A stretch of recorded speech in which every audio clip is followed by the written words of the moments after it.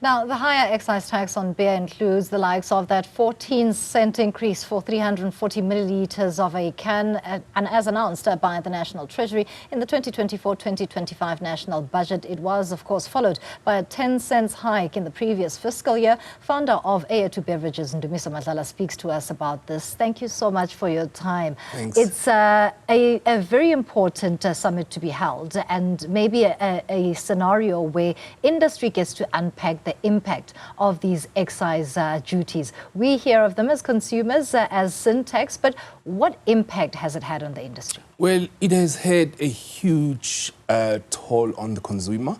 Remember, the likes of SAP and Heineken and people like us who are going back into the brewing industry with new brands, we don't pay the excise duty. We collect it on behalf of the government from people who consume alcohol. So at the end of the day, it puts the consumer very much under pressure. For us as producers, just to give you an example, the excise percentage on your production costs account for about 20%. And that is absolutely high. If you look at EU countries like France, you're looking at 0%, where there is no excise on beer specifically. In countries like Iceland, on the other hand of the extreme, you're looking at 59%. And for South Africa to be at 20%, it's actually quite high. And it actually becomes very difficult for small guys like us, because you produce a liter of beer versus an SAP that produces 3 billion liters of beer per annum. Yeah. You'll pay or you'll collect the same excise amount on behalf of the government.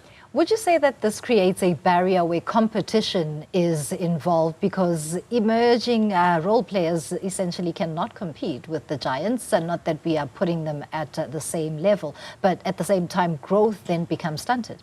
Remember, if we're all paying the same excise duty, they still have a huge advantage with the economies of scale. They can buy in bulk and qualify for better prices than us smaller guys.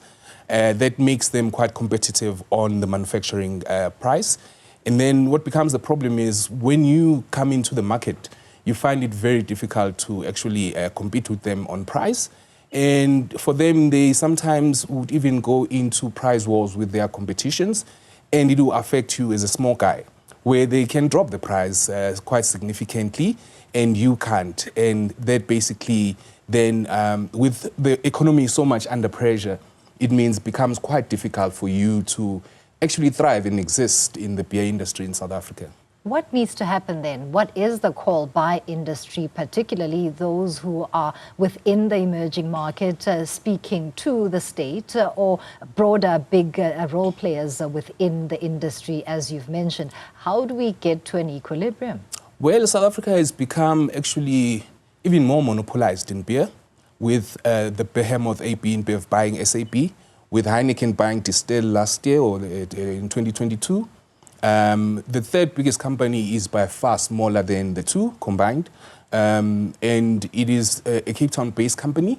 There has been no empowerment in the space of beer per se, and I basically think what needs to be done is, it is very difficult conversation to play around with the excise, where the smaller guys are paying a different excise bracket than the bigger guys. But what I certainly do think the government can do is, the alcohol industry in the country is a 150 billion rand industry. And a mean excise duty in South Africa is about 20%. So the government gets a cool 30 billion rand check per annum. So what can certainly be done with that is, the government can offer smaller guys like us, who still dream of transforming the industry, better loans, so that we can be able at least to focus on production.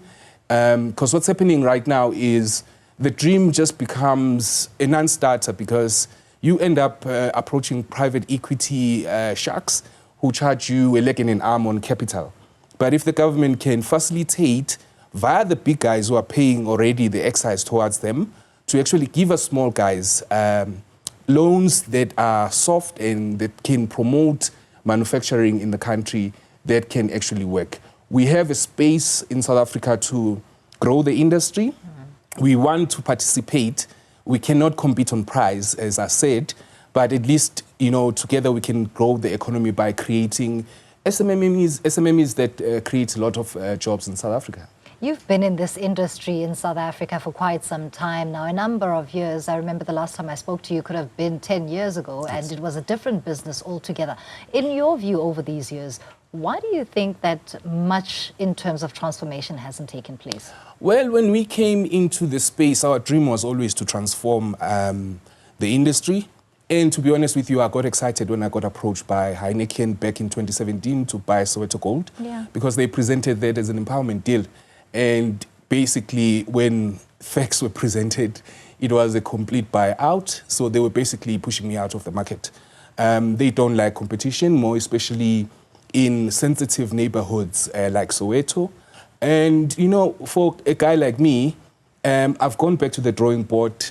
I've actually done my research. I've come up with a new product that talks to enjoyment and health all at the same time. So you have to keep on, you know, innovating.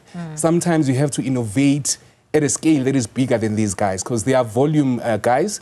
We as small guys, we have the space to innovate. So I'm coming out with a new brand next month, and it's going to be a game changer. I just love it when small guys disrupt the market and we kind of cause chaos. So it's still going to be fun in game, and the dream is still there. I will transform this industry.